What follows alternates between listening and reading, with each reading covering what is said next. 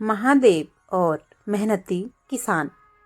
बहुत पहले की बात है, एक गांव में भयंकर सूखा पड़ गया। सूखे की मार इतनी तगड़ी थी कि लोग त्राही त्राही कर रहे थे।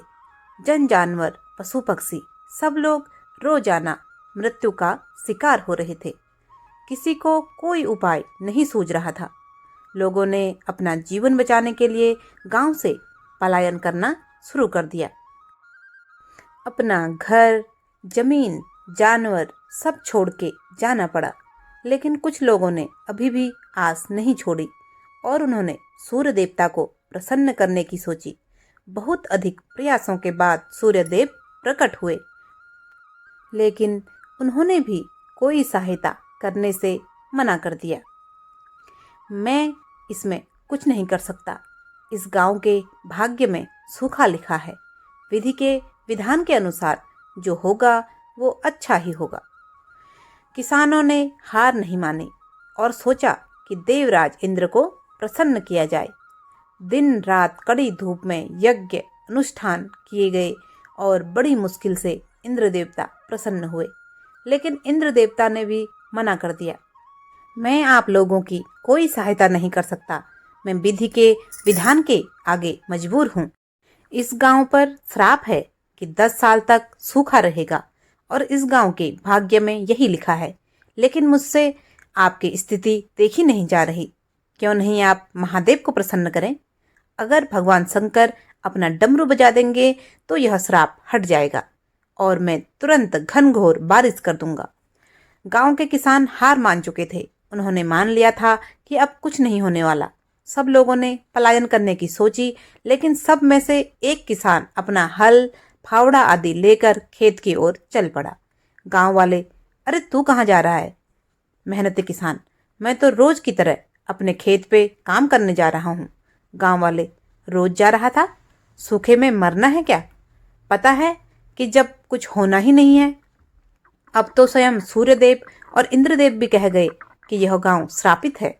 मेहनती किसान, कुछ भी हो, मुझे अपना कर्म तो करना ही है। मैं किसान हूँ, ये मेरा काम है। यह नहीं करूँगा तो क्या करूँ? इस बात पर गांव वाले किसान को पागल बोलकर दूसरे गांव चले गए। महादेव प्रकट हुए। किसान हर दिन आता और अपना काम करके रूखी सूखी खाकर सो जाता।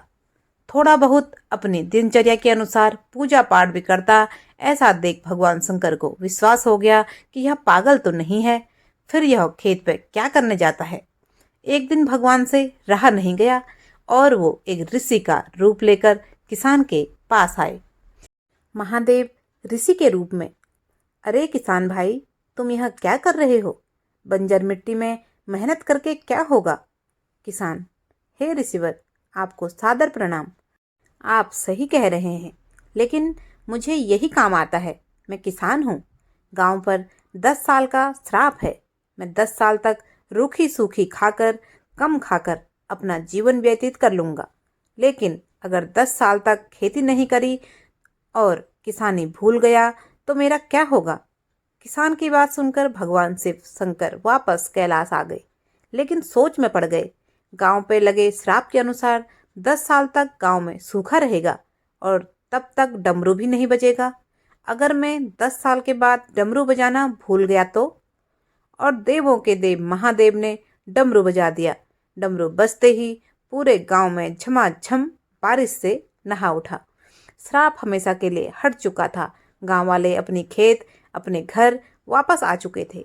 आज कर्म की जीत हुई। लेकिन अगर गौर करें, सिर्फ निष्ठा और मेहनत करना ही मनुष्य के बस में है। इसलिए भाग्य में क्या है, यह हमें भगवान पर छोड़ देना चाहिए। निरंतर अपना काम और भगवान की भक्ति में समय व्यतीत करना चाहिए। अगर आपको मेरी यह कहानी पसंद आए तो प्लीज़ एक लाइक ज़रूर करें। चैनल पर नए हैं तो सब्सक्राइब करें और कमेंट बॉक्स में अपनी हाजिरी के लिए जय श्री राम जरूर लिखें।